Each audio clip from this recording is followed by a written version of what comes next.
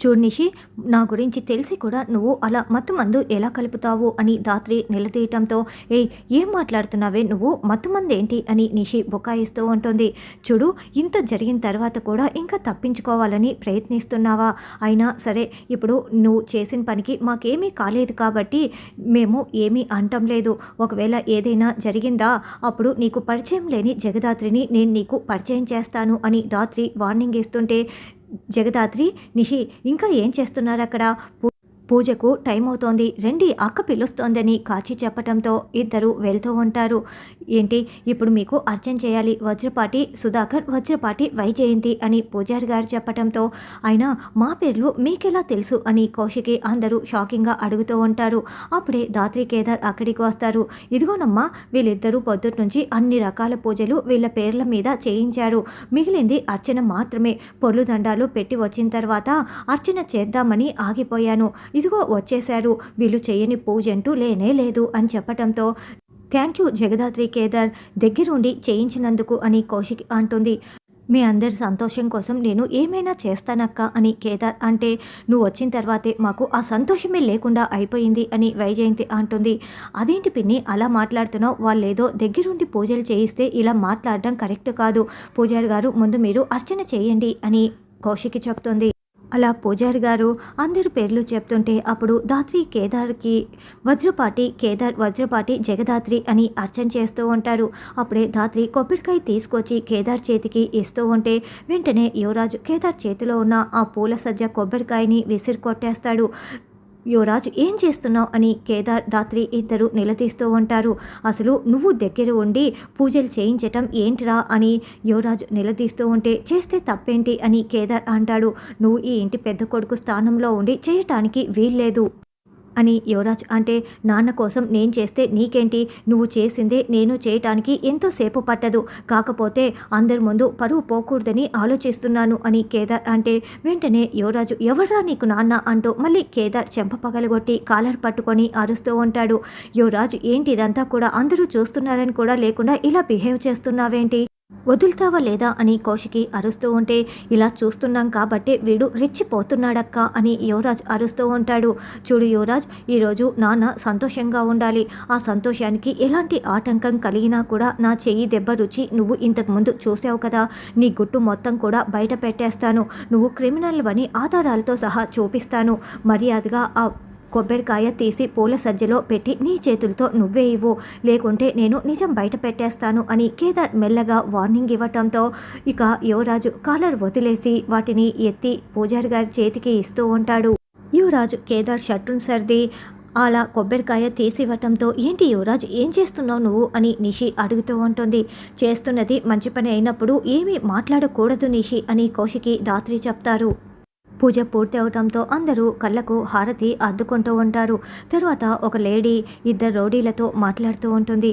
రే, చెప్పాను కదా బయటికంటే గుడిలోనే ఎక్కువ నగలు ఉంటాయని, మాస్కులు రెడీగా పెట్టుకోండి, నగలు కొట్టేద్దామని ఆ లేడీ చెప్పడంతో, అక్క దొరికిపోతే ప్రాబ్లం అయిపోతుంది, చాలామంది జనాలు ఉన్నారు కదా అని అతను అంటే, రే వాళ్ళు భక్తులరా, వాళ్ళు భక్తిలో మునిగిపోయి ఉంటారు, నగలు పోయాయన్న విషయం కూడా వాళ్ళకి తెలియదు, ఎప్పట్లానే నేను కళ్ళల్లో కారం కొడతాను, నగలు లాక్కు వెళ్దాము, ఒకవేళ దొరికిపోతే మనం ఏం ప్లాన్ అమలు చేయాలో నీకు తెలుసు కదా అని చెప్పడంతో, అలాగేనని వాళ్ళు అంటారు. నిషి వైజయంతి దగ్గరికి వచ్చి ఆవిడ కళ్ళల్లో కారం కొట్టేసి వాళ్ళు చూడకముందే నగల్ని లాక్కు వెళ్తుంది. వీళ్ళు కేకలు పెట్టడంతో ఏమైందని ధాత్రి వాళ్ళందరూ వచ్చి అడగటంతో, నగలు ఎవరో తీసుకువెళ్ళిపోయారని వాళ్ళు చెప్తారు, మేము వాళ్ళని పట్టుకుంటాం, వీళ్ళని మీరు చూసుకోండి అని ధాత్రి కేదార్ గుడి తలుపుల్ని క్లోజ్ చేసి అక్కడ ఉన్న భక్తులకు అందరికీ కూడా వివరిస్తారు.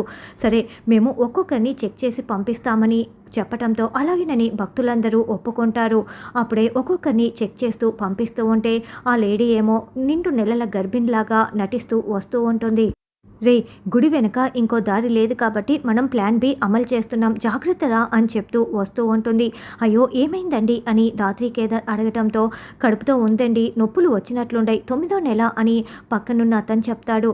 సరే హాస్పిటల్కి తీసుకువెళ్తాం అని ధాత్రి అంటే, అవసరం లేదు, బయట నా కారు ఉంది, బయట వరకు సహాయం చేయండి అని లేడీ చెప్పటంతో, అలాగేనని ధాత్రి దగ్గర ఉండి ఆవిడ్ని తీసుకువస్తూ ఉంటుంది. నిషి వైజయంతి కళ్ళు కడుక్కొని ఇప్పుడు బాగానే ఉంది కదా అని కౌశికి వాళ్ళని ఓదారుస్తూ ఉంటుంది. ధాత్రి అవన్నీ కారు ఎక్కించగానే ఆ క్యాబ్ డ్రైవర్ ఎక్కడికి వెళ్ళాడు మేడం అని అడగగానే ధాత్రికి అర్థమైపోతుంది. ఏయ్ దిగవే అంటూ ధాత్రి ఇక అక్కడ కూర్చున్న అతన్ని కేదార్ ఇద్దరు లాగుతూ ఉంటారు. వెంటనే ధాత్రి ఆవిడ తలని తీసుకొని కారుకేసి గుద్దేస్తూ తల పగలగొడుతూ ఉంటుంది. ఒక్క గుద్దు ఆవిడ పొట్టపై గుద్దగానే ఆవిడ పొట్ట దగ్గర దాచిపెట్టుకున్న నగలన్నీ కింద పడిపోతాయి.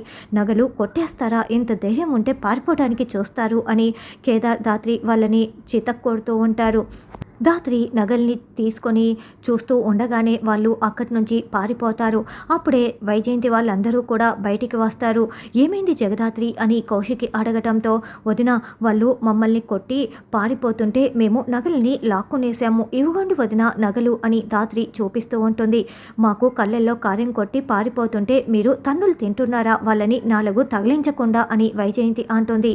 పోనీలే పెద్దమ్మ, నగలైతే దొరికాయి కదా అని కాచి అంటుంది.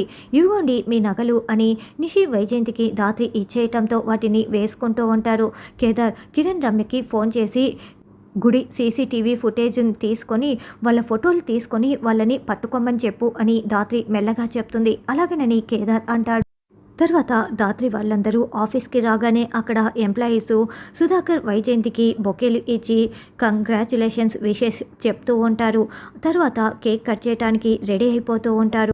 అయితే యువరాజు మేనేజర్తో ఏదో పర్సనల్గా రహస్యం మాట్లాడుతూ ఉంటే పైనుంచి ధాత్రి కేదార్ వింటూ ఉంటారు. అసలు యువరాజు మేనేజర్తో ఏం మాట్లాడుతూ ఉంటాడు అని ధాత్రి అనడంతో, ఏదైనా నాన్నకి సర్ప్రైజ్ ఇవ్వడానికి ప్లాన్ చేశాడేమోలే, అందుకే మాట్లాడుతున్నట్లున్నాడని కేదార్ అంటే, లేదు యువరాజు అలాంటిదేమీ చేయడే, ఖచ్చితంగా మనమైతే చాలా జాగ్రత్తగా ఉండాలి, ఒక గంట కనిపెడుతూ ఉండాలి అని ధాత్రి అంటుంది. తర్వాత దగ్గర ఉండి సుధాకర్ వైజయంతి కేక్ కట్ చేస్తారు. అందరూ తినిపిస్తూ ఉంటారు. మీరు కూడా వచ్చి తినిపించండి అని కౌశికి చెప్పటంతో, అవును ఆగు వైజయంతి, వాళ్ళు కూడా తినిపించాలి కదా అని వెళ్ళిపోతున్న వైజయంతిని సుధాకర్ మరీ చెప్పి ఆపేస్తాడు. కేదార్ సుధాకర్కి కేకు తినిపిస్తూ ఉండటంతో ధాత్రి చాలా సంతోషపడుతూ ఉంటుంది. సుధాకర్ తినగానే ఇక కేదార్ వైజయంతికి తినిపించబోతూ ఉంటే వైజయంతి కావాలనే కింద తోసేస్తుంది. ఏంటి అలా ఎందుకు తోసేశావు అని సుధాకర్ ప్రశ్నిస్తూ ఉంటే, అయ్యో చూసుకోలేదు, పొరపాటున చెయ్యి తగిలినట్లు ఉందిలే అని వైజయంతి అంటుంది. అయినా తినిపించడానికి వీడికి ఫ్యామిలీ ఉంటే కదా, ఎలా తినిపించాలో తెలియటానికి అనాథ కదా అని యువరాజ్ నిషి అంటారు. ప్రతి చోట కూడా వీళ్ళు బాధపడేలా మీరు ఎందుకు ఇలా ప్రవర్తిస్తారు, నాకు అర్థమే కావటం లేదు అని కౌశికి అంటుంది. సరే వదిలేయండి అని కౌశికినే అంటుంది.